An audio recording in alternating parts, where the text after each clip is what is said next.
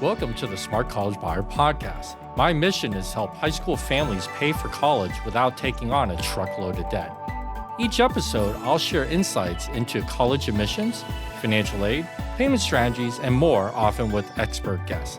I'm Jack Wang, your host. I started helping families after struggling to navigate the process myself for my sons. If I needed help, I knew others did too. Let's dive in. Welcome to this episode of the Smart College Buyer Podcast. As always, I'm your host, Jack Wang, and we are recording from beautiful downtown Atlanta, out by the pool, for FinCon 24 conference. It's been a great week. I've loved it. I am absolutely thrilled to have my next guest on, someone who I follow, someone who's a true expert. I love all the content that he produces in his particular area, because I learn a ton and he's super helpful. And so with that, I'd like to introduce Travis Hornsby of Student Loan Planner. So Travis is one of the nation's preeminent experts on student loans. His firm helps tens of thousands of borrowers in managing their student loans, how to save money, how to understand them, right? Because they can be very complicated. So we're going to talk all about that. So Travis, welcome, and thank you so much for doing this with me. Yeah, great to be here, Jack. I think you have a pretty interesting story, like you starting down this path, right, to start Student Loan Planner. So talk a little bit about sort of how you even got into this world of student loans. My wife had student debt. She was my girlfriend at the time, and I used to be a bond trader, and I had a lot of Excel skills from that.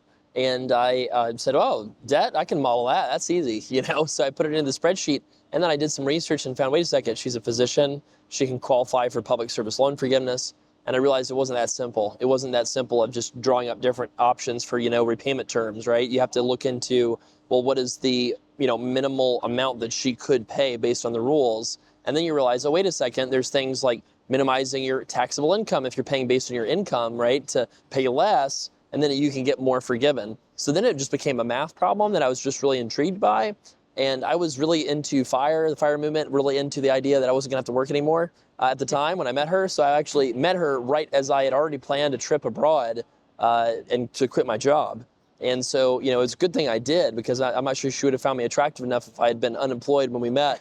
But so anyways, I basically was working on this problem because of her. I thought it was fun. And then a couple friends asked me, because I knew about it more so than other people, could you help me? And she said, you should really charge for this. And so I did. I just charged like $100 or something and was saving people a ton of money despite, charging them $100, which felt like a lot of money at the time. And, so I had all these people asking me for the help. And then when I decided to just quit my job, I said, well, let me take this spreadsheet and share it. And it went viral on Business Insider. And that got about 500,000 views within like a week or something like that. People really liked it. I even put in the article, I do like some side hustling occasionally as a student loan consultant. I wasn't very, it wasn't planned, right? And people just found me, which showed me that, wow, people really want this help. I did that, again, more so like as a quasi-business hobby kind of. And then my father-in-law, who's a first-generation immigrant, I asked him for permission to marry his daughter. He said no. And I said, why? And he said, well, you don't have an income. I said, what? I have an income. What are you talking about? And he goes, no, not an income. It's respectable. And he said, if you love my daughter, if you want me to come to the wedding, you'll get a real job.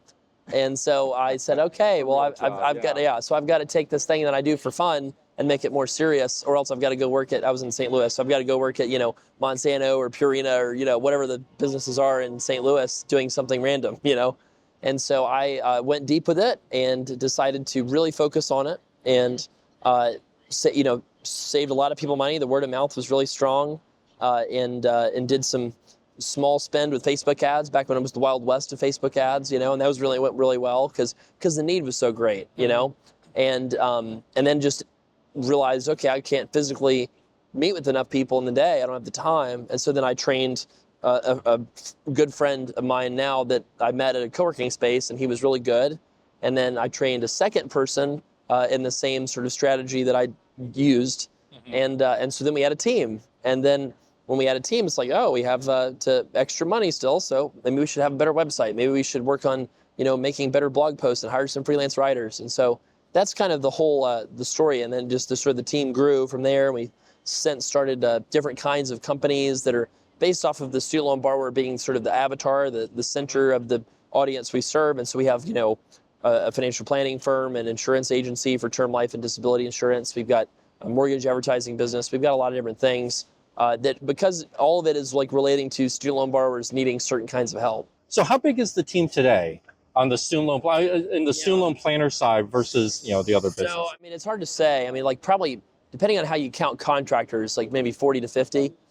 So I mean, but this is we have people that really overlap quite a bit in the businesses. So it's hard to say that this group is only SLP, this group is only SLP Wealth, and I would sort of put a ballpark number on the whole team. Yeah. Okay, and which is incredible. And so fortunately, I suppose fortunately for you, unfortunately for everybody, is the problem hasn't gotten any smaller, right? It's only gotten bigger. So the typical person who comes to you, do they have federal loans, they have private loans, they have a mix? What's the typical client that calls and asks for help? Well, private loans get underwritten, and so if people have those, it's probably from undergrad, and it's usually 30K or so. Mm-hmm. So like it's very rare that you'll see somebody have private loans that they took out for school that are more than low five figures. So the typical balance we see, and we see also a very biased population sample. So it's six. We have like 260K, I think, is our average client.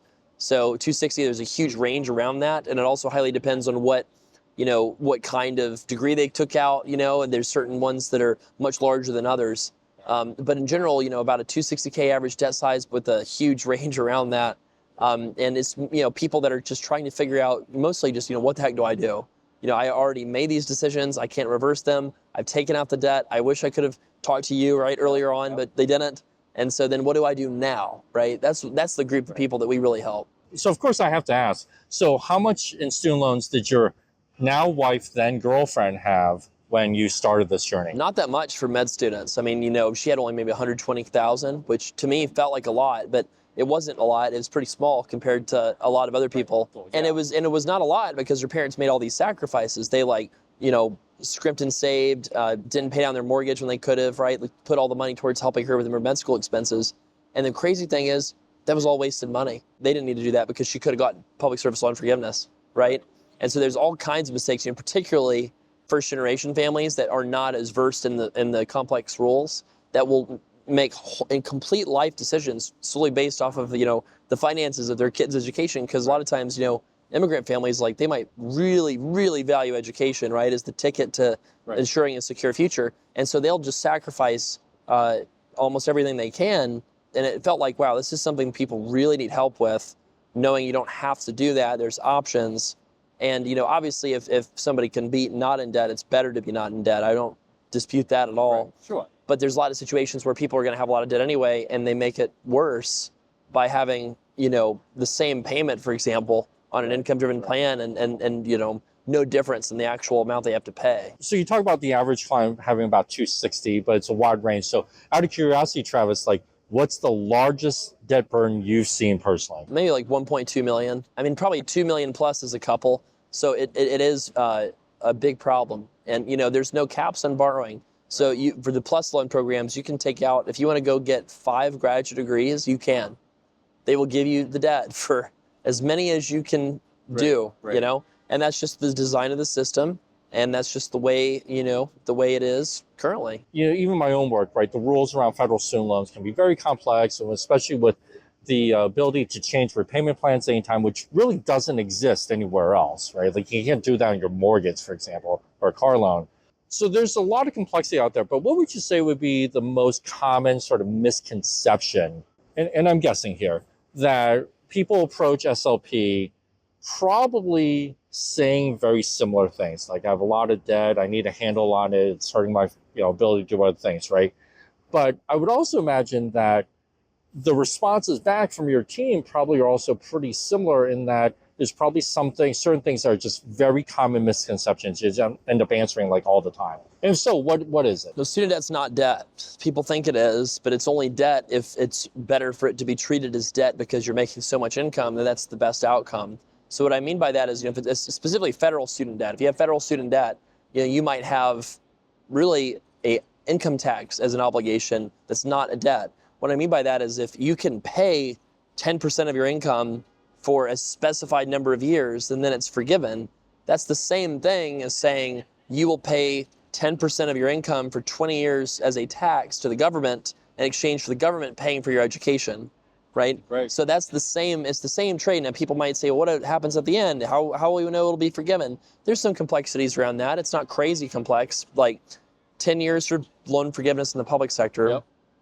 and then 20 and 25 years in the private sector. And then if you get loan forgiveness in the private sector, there's some uncertainty as to whether or not it's going to be taxed as income at the end. But it probably won't be. So it really is good to think about it like an income tax. And so if you think about an income tax, a lot of people would be a lot less worried about their debt, if they could think about it like that. Of course, credit card debt cannot be treated like an income tax. You can't pay, I can't pay my mortgage as 10% of my income. It's not an option, right? So, that's the big misconception. It's just not really debt. Right. And that's a great perspective because I do hear that a lot, right? And families worry about taking on debt or worry about their kid taking on debt.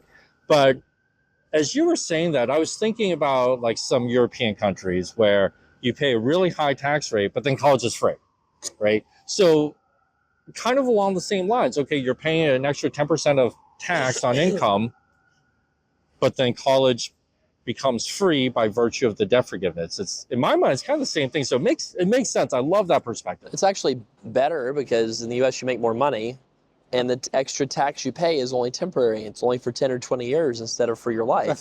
That's true. So, if you're in your 20s and you paid 10% of your income until you're 45 or something, that feels like forever, but it's not. Most people will live, if you make it to your 40s, most people will live to their 80s. So, like I said, it is a lot cheaper than people realize. It feels, I think, insurmountable because so many people are starting their lives out. Right.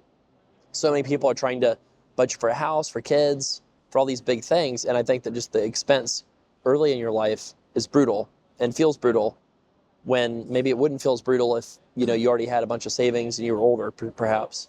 So, okay, so that's on federal student loans, but let's kind of shift gears. I know you said the amounts are smaller because they're underwritten. And just as a percentage of the market, it's a lot smaller slice. But what are some common misconceptions that your team has seen around private student loans? I would say that the tax implications are important to think about. So besides the small student loan interest deduction, most people don't get any tax deductibility on student loan interest, whereas most people these days could get deductions on mortgage interest, particularly if they bought their house recently because of higher interest rates, right? So, a lot of people think, oh, I need to pay off my mortgage because that's, a 6% interest rate and my student loan is 5%. Well, the mortgage is tax deductible if you itemize, and then the student loan is not.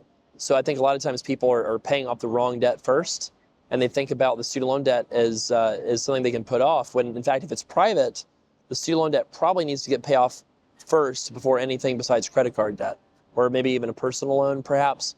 But the student loan debt, what I would describe to somebody is it's not dischargeable in bankruptcy. So you can't get rid of it like you could a personal loan or a credit card.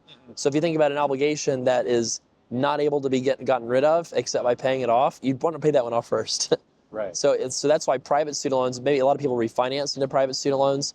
So if you do that, you just have to be aware that it's an obligation that you can't get rid of unless you just pay it off for the most part. Right. Okay. Yeah, because they are very different, right? They don't have nearly as many options on the back end or legal protections that federal student loans have.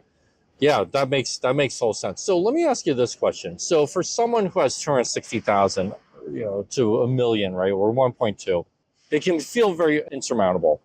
Obviously, different circumstances dictate different strategies, but what are some of the common strategies that your team tends to share with people, or places where you tend to direct people first to consider?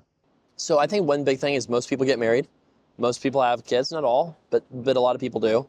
And I think there's ways that you can minimize your payments to where they're a fraction of what you might think they would be. So one of those strategies is to file your taxes separately. You can do that to exclude your spouse's income from your payment. And so you can pay on just your income. And, if you claim the kids in your return as well, you can take, them as part of your family size for these payment plans. So as an example, if you have let's say you have another strategy too would be to max out your 401k plan and minimize your taxable income because it's based on taxable income. So I'll give an example of a couple that doesn't plan at all versus one that does, just to show you kind of the difference. So let's say you've got a couple each making $100,000 a year. Let's say they're pharmacists. Let's say one of them has debt, one of them didn't because they had, rich parents or something, right? They get married. So the couple making the 200K, if you have 200K of pharmacy school loans too, but let's say only one person has that debt. So you could do a couple things. You could pay the standard plan, that's $2,000 a month. Well, that's a lot. Even if you're making 200K as a couple, that's a lot of money. It's a big hit, And then if you are doing an income-based plan and you just file your taxes the normal way, you'll probably pay about $1,500 a month with that couple. And if you file your taxes separately, you max out your 401K, they would go from 100 income to like about 80, maybe 70, 77 technically, They maxed it. And then, so the student loans are a 10% charge on discretionary income. What that means is the government gives you amount of income first, so they don't take a bite of, right? And so if you have a couple kids, you file separately, they're gonna say, well, we're gonna let you earn about, for the plans that are not embargoed by courts right now, they'd let you earn about $40,000 before they take anything in a case with a couple with a couple kids. So that means they're going to take 10% of $30,000. So your payments in this case would be $3,000 a year, about $250 a month. So a family that plans pays $250 a month. A family that does not plan pays $1,500 a month. And when you talk about this being an income tax you want to pay as little as possible. Right. So you could pay $250 a month in this case for 20 years, most likely 20 years. And then at the end of the 20 years, you'd be done. And so if you just say 3,000 times 20 years, about 60,000, maybe throw in a kicker for inflation. So maybe it's 70 or 80 if you get raises, but you're talking, 70 or 80K instead of 200 plus interest, which would be like 240, 250. Right. So you're talking about paying a third of what you borrowed instead of all of it. It's really interesting that you discuss it this way, right? Because that's a great example, right?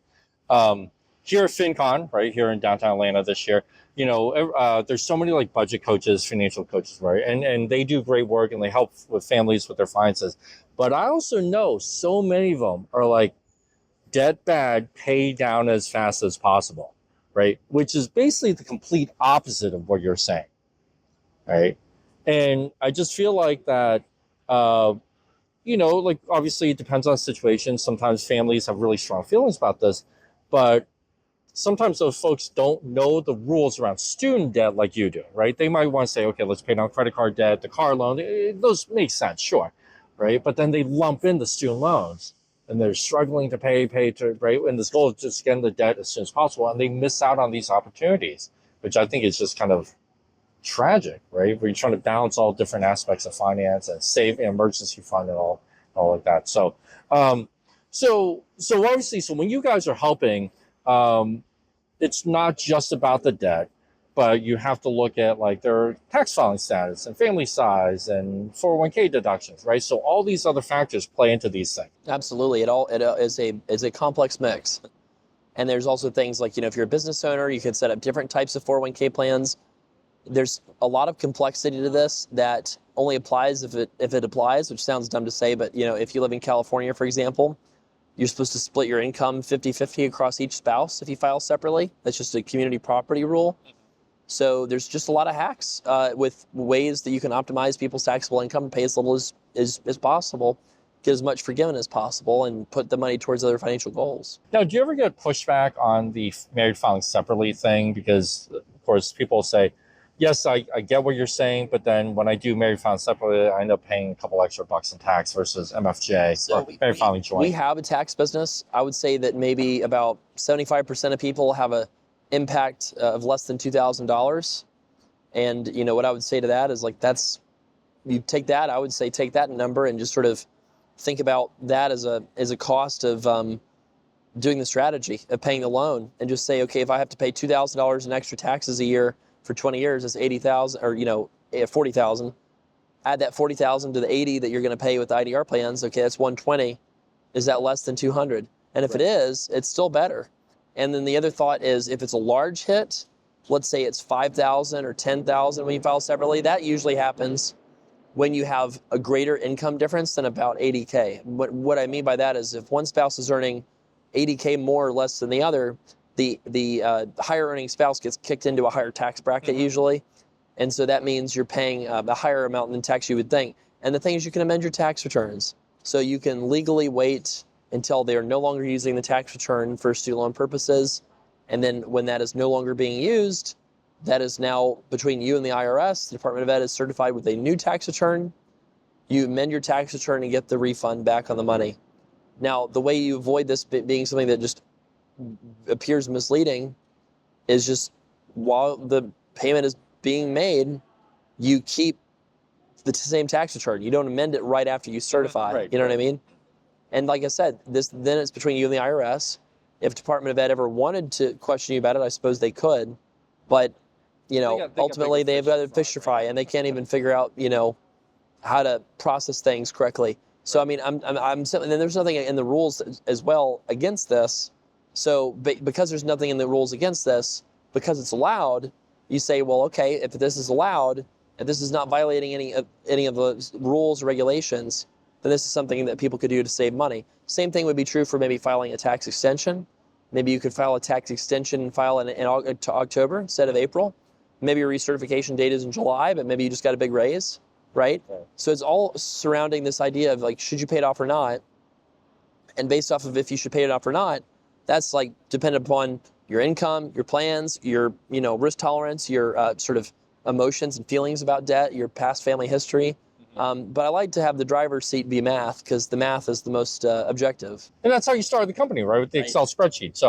So one question I often get about sort of the filing and amend return, right? Because again, for those of us and those people in the audience, you have up until 3 years after file an amended return. And those are IRS rules, right? So one question I do get about anytime that topic comes up is, won't the servicer or Department of Ed go back and recalculate that payment and sort of try and claw back payments if you based on the married filing joint tax return as opposed to having the payment set on the married filing separate tax return? Well, I mean, they could, but they'd have to issue some sort of guidance or rules about that, right? And I think that's the reality is you'd have to have a negotiated rulemaking session. They'd have to propose this as a rule. They'd have to say this is not something that's allowed because people have been doing this for years and years and years. They'd have to, probably understand that this gray area, posed a lot of uncertainty for people, and they didn't know that wasn't allowed because it wasn't said that it wasn't allowed. Yeah. And ultimately, at the end of the day, if they do claw back money, or if they were to ask for clawbacks, it would be something that you'd have to just decide, okay, does it still make sense to go for forgiveness? I mean, I guess the thing that I like to think about is whenever you come up with what's the worst that could happen, right? Think of a horrible scenario of something bad that could occur. This is in life, financially. You have to answer, yes, it could happen, right? Yes, it could happen. It could absolutely happen. And, is there a chance that it will happen? Yes. Is the chance low? Very low. And so you have to make decisions with like expected value and probability. Right? You have to that's how you make rational decisions, at least, right? As you say, okay, what's the probability of that occurring? What's the probability of it not occurring? What's the chance that I'm going to save a bunch of money if this works out like with the high probability that it will? Well, then I should orient my life around the high probability, not spend my life worrying about the low probability. Right. And spoken like a true math guy. Well, like I said, and I know you have a lot of great strategies that you think through about, if it's not something you cannot do, if they are not saying you can't do it, well then, those are potentially loopholes. That's unfortunately why we have so many people like us in the financial services business instead of building rockets, right? I'm just kidding. But, it's true. Like there's a lot of loopholes. I mean, I view it kind of like a board game. I love board games. And it's just a challenge, to help people. And I think that the reality is like, Congress, most of Congress wants to make these loan rules more generous, but they can't because of political realities, and so they're just creating these loopholes kind of somewhat intentionally so that people who figure them out can use them to pay less to get more forgiven. Now, people might say, I don't like that. People might say, people should pay back their loans, right? Well, those are just, normative questions, I think the word is, right, of what ought to be. And what I say is, like, that's not my job. My job is to use the rules to help clients save money. That's my job. And if it's other people's job to decide, is this good for the country? Is this something that we should be doing? Should the loan rules change? Mm-hmm. Hopefully the adults in the room get together and figure that out because it's a mess. As I think about student loans in general, right, because there's so much sort of misconceptions around them and interest rates and how they work and how forgiveness program works and stuff. So can you just talk very quickly, just very high level, some of the different forgiveness programs are out there, with the caveat that, some of it might change or even go away. Right? Because rules can and do change. But as of the moment in October 2024, What are some, you talked a little about PSL, but what are some of the others that might be out there? There's a lot of things that could change. I mean, there's all kinds of lawsuits right now against a lot of the things the Biden administration has done on loans. Initially, they had a lot of success pushing things through, but they were quiet about it, and they kind of understated things as to how generous what they were doing really was. And eventually, they started going bigger because of political pressure, from the president's party to go bigger, from the more progressive, consumer advocate kind of coalitions. And they went bigger, and the bill was going to be $400 billion, and the folks that were opposed to that decided to oppose it. And the conservative side has got the majority in the Supreme Court. Sort of that showed up in the ruling they made. President Biden has tried to consistently go really big on student loans in every way possible. And the reason I think that is just because I think that he views it as an opportunity to, score points with his base. Mm-hmm. And it's an issue that's not as expensive as Social Security and Medicare, where he's a little bit more obviously constrained in terms of what he can do without Congress. So he's tried to do all these things, and eventually, Republican groups said, hey, we, $400 billion, we're going to start suing over this. And so now, after they had success, just think about sort of what's the joke, blood in the water, a shark smell the blood, right? So they had a huge success, and now they're thinking, well, this worked once, it's probably going to work again. And so now they've started suing over a lot of things. And so I think that just, we're going to have to wait and see how all this gets settled by the Supreme Court. And a lot of this could be impacted by, the election, depending on whether or not the Department of Education decides to appeal lower court rulings that are not as favorable to the different plans out there. So there are certain things that are in the law. And that's what I tell people is let's look at what's in the law, not worry about the stuff that's not in the law. And let's decide, if this actually would be a good plan for you if the law was what had to be used versus any executive actions that are, overturnable by a court. So that's the way I think about things is, this is what's definitely the case. This is what is a plan that's probably safe. This is a plan that's not safe. Let's look at everything and figure out what to do. So we have time for one last question. So, with everything that you've been discussing, which has been great information, what's your number one tip for our audience, whether it's around managing student loans or any other aspect of their finances? What's your number one tip? I would say that not for everybody, but for a lot of people, for most people even, taking out the loans was a good idea. You just have to know how to leverage the situation, right? So if anybody took out loans, you probably got a degree, or maybe if you didn't, then you need to see if there's a possibility where you could go back and finish that degree so it's worth something. And I'd tell anybody, once you finish undergrad, now you can take out as much loan debt as you want for any program at a graduate degree level in the country, period. Yeah. So what people I think where people get hung up is they get stuck, dropping out of school with $10K of debt and no degree. Those are the folks that are really, frankly, struggling. Right. The folks that I see with $200K of debt, believe it or not, are actually, by and large, doing well. The problem is they think about that debt as a $2,000 a month payment that ruins their life instead of a income tax. And then is your income minus the tax greater than what you would have earned if you hadn't pursued the education? Yeah. Right? So that would be my tip, I think, is just, that you're in much better shape than you thought if you have the debt. Yes, it's better to avoid it if you're in the, comfortable position of being able to. But if you're not, life's not over. Your financial life is just getting started. Your goals are still achievable. Just got to know the loopholes. Excellent. That's a great tip. And, and thankfully for the rest of us, right, and the audience that you had the foresight to start doing this for your then girlfriend, now wife.